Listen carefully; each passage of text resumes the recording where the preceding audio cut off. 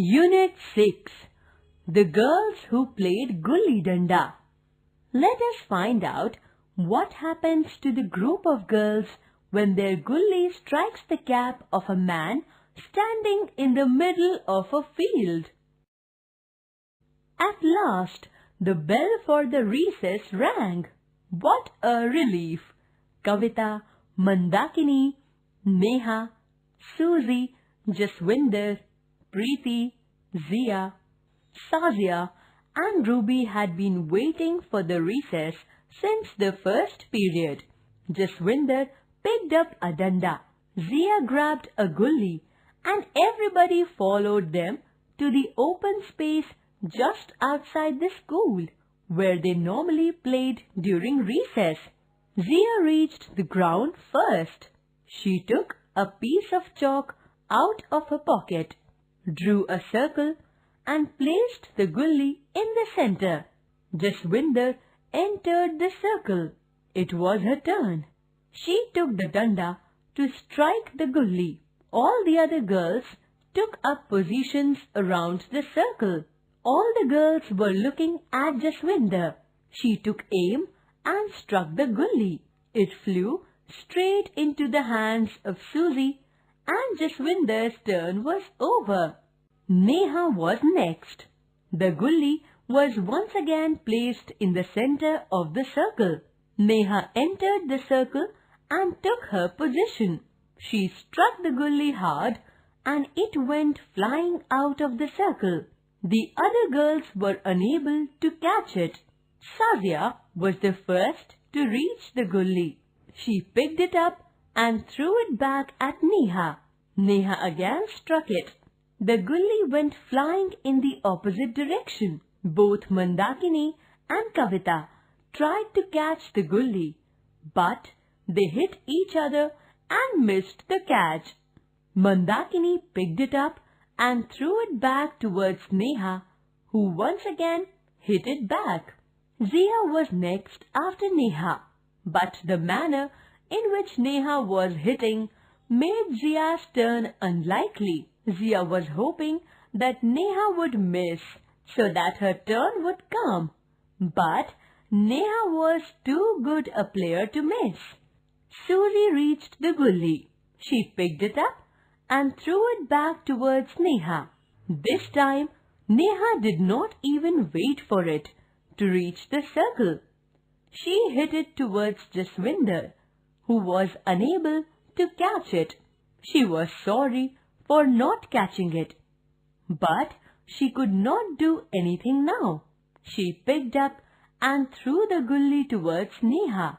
Neha hit the gulli and it flew straight towards Zia. Zia was ready to take the catch, but the gulli never reached her.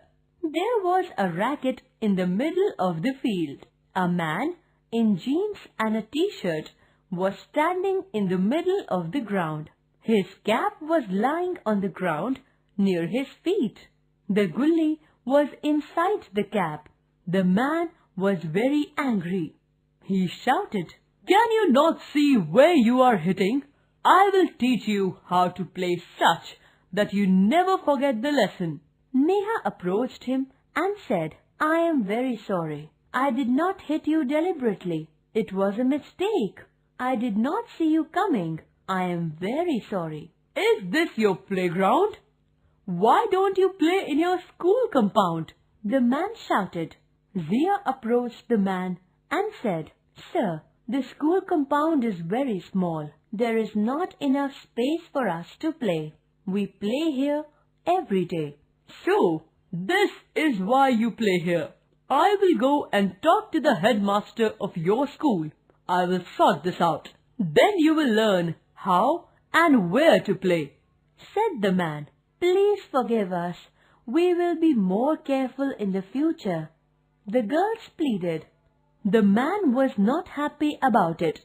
He was not willing to let it go. He picked up the cap and the gulli with it. Then he started walking towards the school. The girls tried to snatch the gulli, but he did not allow it. All the girls followed him, pleading and begging. They were afraid of the headmaster's temper, but the man was not interested in ending the matter. The man entered the school and went straight towards the headmaster's office. The peon tried to stop the man from entering the school, but it did not make much of a difference. The man pushed the peon aside and walked in. There were loud noises coming from inside the office. The girls were standing outside and praying. The peon came and asked the girls to enter. The girls entered the headmaster's office one by one. "Who did this?" the headmaster shouted.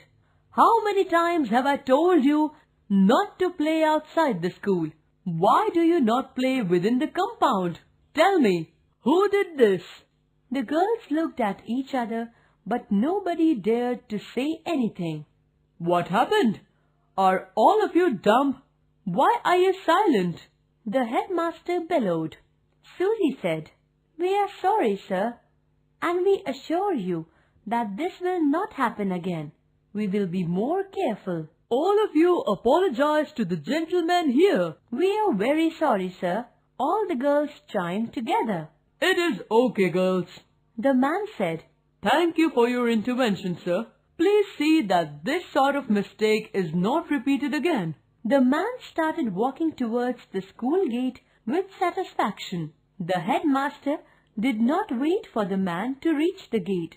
He said, "Now, who among you girls made the shot?" All the girls were looking at their feet. They were afraid to look at each other. Zia decided to take the blame.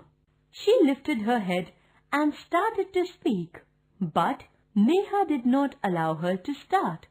"I am very sorry, sir," said Neha. "I made that stroke." "Wow, what a shot!" the headmaster exclaimed. "You hit that man's cap. You made the cap fall, and you made the gully land inside the cap. Brilliant! It was a master stroke." The girls were finding it hard to suppress their laughter. They did not dare laugh in the headmaster's presence. With difficulty, they controlled themselves. They left the headmaster's room, smiling.